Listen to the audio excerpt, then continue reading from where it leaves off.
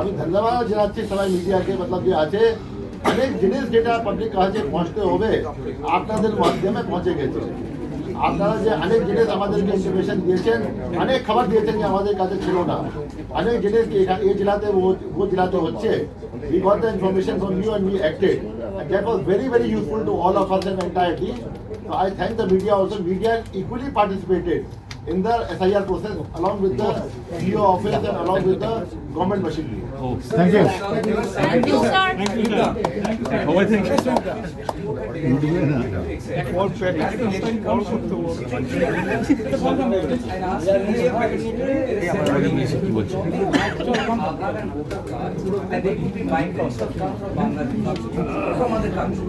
So Modi has the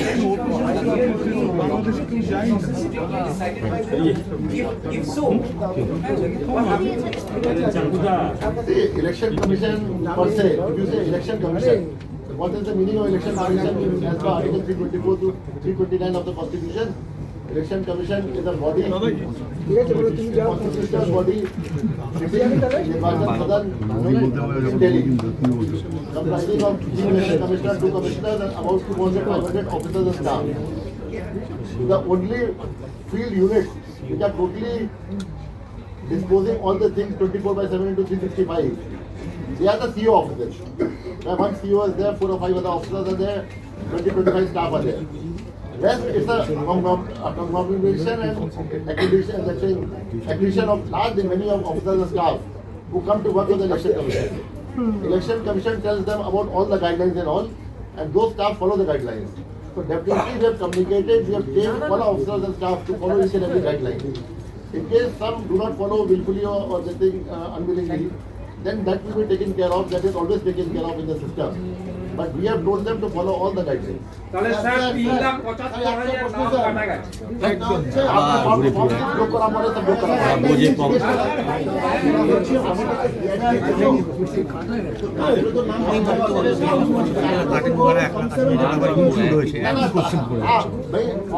তো আপনি যে বি কাটবেন সব আমি গেলাম হিয়ারিং আমার যেটা আছে আমি এলিজিবল নেই, তো ওটা ইয়ারও মানা করে দিয়েছে। কিন্তু যখন আপনি সিস্টেম মধ্যে যাবেন, আইটি সিস্টেম মধ্যে, ওখানে ফর্ম 7 দিতে হবে, চাই আপনি দেবেন তারপরে অফ যাবে। তো যে বি ইয়ারও অফ করেছে, সাপোজ যে লোক আসে ওই লোক এসছে অ্যান্ড মতলব আসেনি হিয়ারিংয়ে অ্যান্ড অ্যাবসেন্ট মার্ক হয়েছে, ইয়ারও ক্যান্সেল করে নি, তো তারপরে তো ওটা চলে যাবে 60 লাখ মধ্যে চলে যাবে। মিস্টার গুপ্ত, আপনার কাছে একটা প্রশ্ন আছে। আপনাকে মুখ্যমন্ত্রী স্বয়ং আক্রমণ করেছেন নাম না করে। আপনি যখন হাইকোর্টে মিটিং করেছেন, আপনাকে আলাদা করে রাজ্য সরকার কেন এসেছেন সেটাও পর্যন্ত বলেছেন। আপনি বাংলার আইএস হয়েছেন, এসআইআর প্রক্রিয়া আপনার নিজস্ব ব্যক্তিগতভাবে কেমন লেগেছে এবং কতটা খারাপ লেগেছে এই ধরনের আক্রমণের দিকে বলেছেন? আমি একটা কাজ করতে এসেছিলাম, ইলেকশন কমিশন একটা নির্দিষ্ট দায়িত্ব আমাকে দিয়েছেন, নির্দিষ্ট দায়িত্ব আমরা পালন করতে পেরেছি সিইও অফিসের সহযোগিতায় এবং জেলা শাসক এবং তাদের অধীনে যে সমস্ত কর্মচারী আছে সবারই সহযোগিতায়। এক্ষেত্রে কেউ কিছু যদি বলে থাকেন তিনি তার বক্তব্য সমর্থনে কিছু বলতে পারেন, কিন্তু আমার সে বিষয়ে কোনো বক্তব্য নেই যে কেউ যে কাউকে ক্রিটিসাইজ করতে পারে। আগামী নির্বাচনে আবার যদি আপনাকে বিশেষ পর্যবেক্ষকের দায়িত্ব দেওয়া হয় বা কোনো দায়িত্ব দেওয়া হয়, আপনি কি সেটা করবেন? নির্বাচন কমিশন যে দায়িত্ব দেবে সেই দায়িত্ব আমি পালন করবো, তবে এখন আমার কাজ গৌরব অফিসার। বাংলায় কাজ করে অভিজ্ঞতা, আমি জানি আপনি আগেও কাজ করেছেন, মাথা নিচু করো। ভালো অভিজ্ঞতা, কাজটা কঠিন ছিল কিন্তু কাজটা করা গেছে, সুতরাং ভালো লেগেছে। বিক্ষোভ শুরু হয়েছে বেশ কিছু জায়গায় এবং বলা হচ্ছে জিবি তাদের জিবি করে দিয়েছে, এরকম কি বলবেন এদেরকে? হয়েছে ওটা আপনার হিয়ারিং পরে ডকুমেন্ট দেখা পরে ইয়ারও অর্ডার পরেই ওটা হয়েছে দিদি। তো এটা কোনো প্রবলেম নেই, কোনো ইয়ারও ভুল করে ফেলেছে, ওটা আবার ফর্ম 6 আসতে পারেন। ভাই এত বড় এক্সারসাইজ আছে, আপনি দেখবেন 7 কোটি 8 লাখ লোক আছেন, 1 কোটি 51 লাখ লোক হিয়ারিং হচ্ছে, কিছু কোথায় ভুল ভ্রান্তি হতে পারে, আইটি সেটআপ আছে, কেউ আইটি জানে না, কেউ কিছু ভুল করেছে, কোথায় ডকুমেন্ট হারিয়ে গেছে, কি হতে পারে, কিছু প্রবলেম হতে পারে। But if any officer is done intentionally তারপরে we will take strong action against that officer. আর আমি এটা বলছি, এখন আমরা এই পর্যায়ে হয়ে গেছে, আমাদের এডুকেশন জুডিশিয়াল প্রসেস আছে, আমাদের খুব বেশি রোল নেই। আমরা সম্পূর্ণ চেষ্টা করছি কি যত তাড়াতাড়ি এডুকেশন শেষ হয়ে যাবে। আমরা সুপ্রিম, আমরা হাইকোর্টে যে আছে কমিটি আছে, অনারেবল চিফ জাস্টিস আমি মেম্বার আছি ওখানে, ইলেকশন কমিশন রিপ্রেজেন্টেটিভ আছেন ওখানে, আমাদের রোল অবজার্ভার আছেন, এন্ড ইলেকশন কমিশন অন্য অফিসার যেমন আসতে পারেন, চিফ সেক্রেটারি আছে, সব আছে। আমরা এটা প্রত্যেকবারই বলেছি যেটা আছে, এন্ড আমরা সম্পূর্ণ চেষ্টা করছি যে এডুকেশন প্রসেস যত তাড়াতাড়ি কমপ্লিট হবে, অত লোক যেটা আছে, আমি চাই কি গোটা 60,06,675 এডুকেশন সবই শেষ হয়ে যাবে, তো আমরা জেনে যাবো কোন ভিতরে এসছে কোন বাইরে আছে, আর ভিতরে লোক যে আছে ভোট করার জন্য রাইট পাবে। এই জন্য আমরা একদম তদারকি রাখছি, আমরা একদম সম্পূর্ণ চেষ্টা করবো আমি যেটা আছে এডুকেশন প্রসেস যত তাড়াতাড়ি শেষ হয়ে যাবে। কিন্তু স্যার আমি এটা বলছি আপনাদেরকে, আপনাদের মাধ্যমে আমরা কনভে করতে চাইছি ইচ এভরি ভোটার, ইলেকশন যেটা হবে আপনারা সব ভোট দিতে যাবেন, কোনো ভয় নেই, কিছু নেই। একটা অ্যাটমসফিয়ার ফেস্টিভ্যাল মতন, যেমন দুর্গা পূজা আছে ওরকম একটা ফেস্টিভ্যাল গিয়ে যান, আপনি ভোট অ্যাপ্লাই এক্সারসাইজ করুন, ফ্র্যাঞ্চাইজ এক্সারসাইজ করুন, প্রত্যেক লোক যত লোক ফ্র্যাঞ্চাইজ এক্সারসাইজ করবে অত ভালো হবে ডেমোক্রেসির জন্য।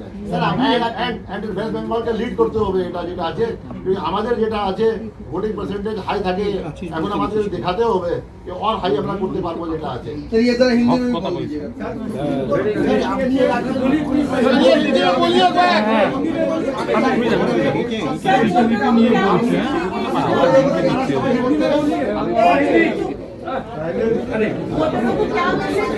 सर वोटरों कहने जाके वोट दीजिए, बस अपना आप जाइए। अभी हम कह रहे हैं ये चाहे कॉन्स्टिट्यूशनल ड्यूटी डिफाइंड नहीं है इन डायरेक्टिव प्रिंसिपल स्टेट पॉलिसी, लेकिन आप जाइए इसको ड्यूटी मान के, इम्पोर्टेंट काम मान के जाइए और वोट देके।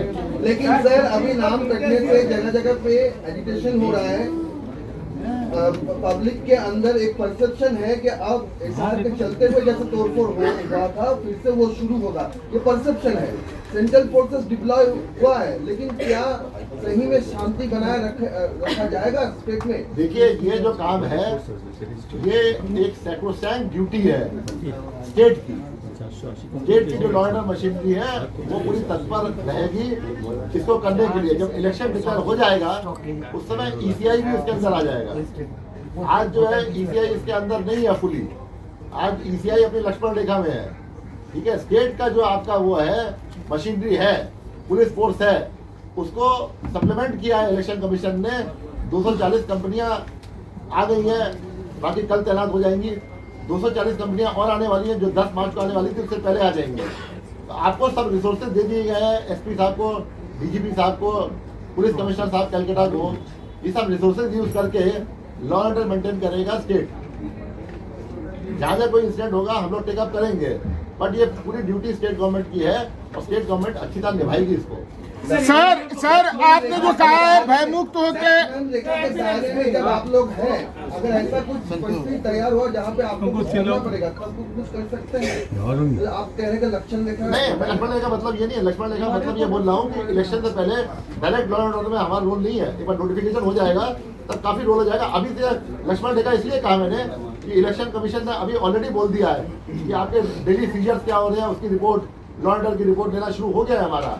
आपका जितना भी आपका जो कस्टम्स है, एक्साइज है, आपका वो है DRI है, आपका सब है, सबकी रिपोर्ट आना शुरू हो गई है। इन इश्यूज को लेके आपका क्या काम चल रहा है, नहीं चल रहा है, क्योंकि इलेक्शन का भी सिमिलटेनियसली काम चल रहा है। लक्ष्मण रेखा इस हिसाब से बोल रहा था, लक्ष्मण रेखा इस हिसाब से, क्योंकि हमें भी फीडबैक आना लग गया है लॉ एंड ऑर्डर का, official feedback because of the election commission को लास्ट 6 महीने में फीडबैक आना शुरू हो जाता है और 2-3 महीने आगे और तगड़ा फीडबैक आता है। जब आपका डिक्लेयर हो जाता है तो घंटे घंटे का फीडबैक आता है। तो हम लक्ष्मण रेखा उस तरह से बोला मैंने, कॉन्स्टिट्यूशन डिवीजन ऑफ ड्यूटीज के हिसाब से नहीं बोला मैंने। सर आपने कहा है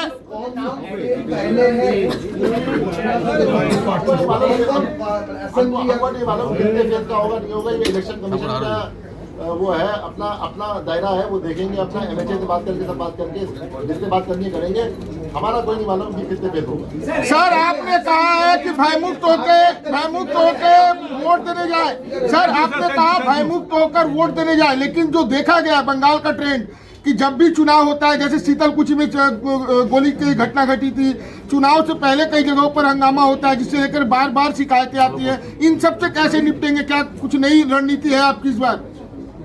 हमारी कोई रणनीति नहीं है, एकदम पीसफुल एटमॉस्फेयर रहेगा। सबको रिक्वेस्ट कर रहे हैं जाइए वोट दे के आइए।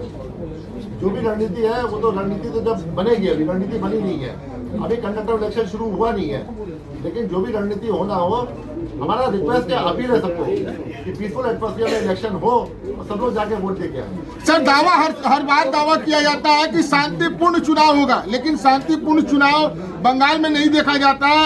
अमूमन जो हिंसक घटनाएं वो होती है। इस बार भी आप दावा कर रहे हैं कि शांतिपूर्ण चुनाव होगा, तो जरूर कोई नई रणनीति के तहत आप ये बात कर रहे हैं। नहीं, हमारी कोई रणनीति नहीं है। हम कह रहे हैं कि शांतिपूर्ण चुनाव के लिए हम लोग रिक्वेस्ट करेंगे, हम लोग पूरी कोशिश करेंगे शांतिपूर्ण चुनाव हो। लॉ एंड ऑर्डर को लेकर इतना होली सिचुएशन क्यों है सर बंगाल? ये तो आपको बोल रहे हैं, हमें तो नहीं पता, आपको